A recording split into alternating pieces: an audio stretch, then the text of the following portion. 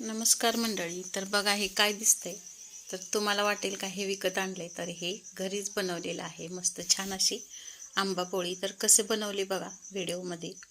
तर हा माझ्याकडे बॉक्सही होताच आयताच, तर त्यासाठी घातलं त्यात. तर हे बघा माझी मम्मी आहे ही, माझी आई. तर तिने आंबे आणून दिले. इथं आधीच मी आंबे घेतले होते गर काढायला, तर तिने आंबे आणून दिले आणि ती म्हटली काय की एकदा आंबा पोळी करून दाखव, कशी करतात मला बघायचे. तर तिच्यासाठी खास बघा आंबा पोळी बनवली. तर कशी बनवली बघा, आंब्याचा छान असा गर काढून घेतला आणि त्याच्यामध्ये पाणी घातलेलं नाही, घालायचं नाही पाणी.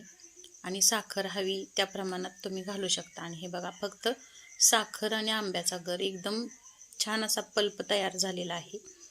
तरीही चाळणीमध्ये घेतलं, पण चाळणीमध्ये घेण्याची ही आवश्यकता नाही, पण तरी पण मी शंका म्हणून आपलं चाळणीमध्ये गाळून घेतलेलं आहे बघा. आणि छान असा आंब्याचा पल्प एकदम बघू शकताय तुम्ही, मस्त असं बॅटर झालेलं आहे. आणि आता सगळ्या थाळींना मी ज्या ज्या ताटामध्ये घालायच्या आहे त्या ताटांना, सगळ्या ताटांना तूप लावून घेतलं.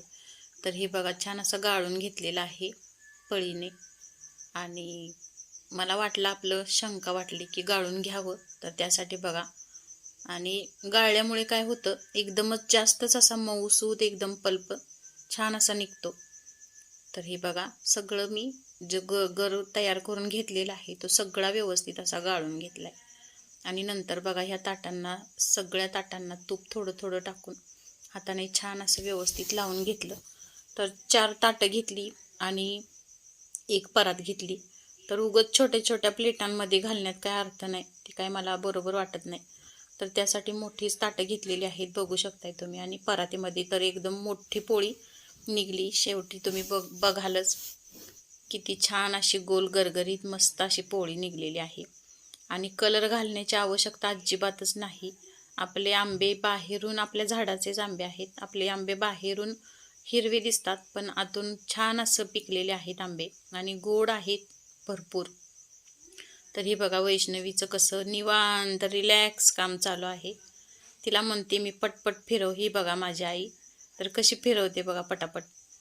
आणि वैष्णवीचं आपलं खेळणं सुरू आहे. तर हे बघा सगळं घालून घेतलं आणि वरती टेरेसवरती नेऊन उन्हात मी ओढणी झाकून ठेवलेलं आहे. तर बघा दुसऱ्या दिवशी छान अशा मस्त पोळ्या निघलेल्या आहेत. तर हे बघा किती मोठी पोळी आहे, बघू शकताय तुम्ही, किती छान टेस्टी सुंदर आणि चमकदार अशी पोळी दिसत आहे.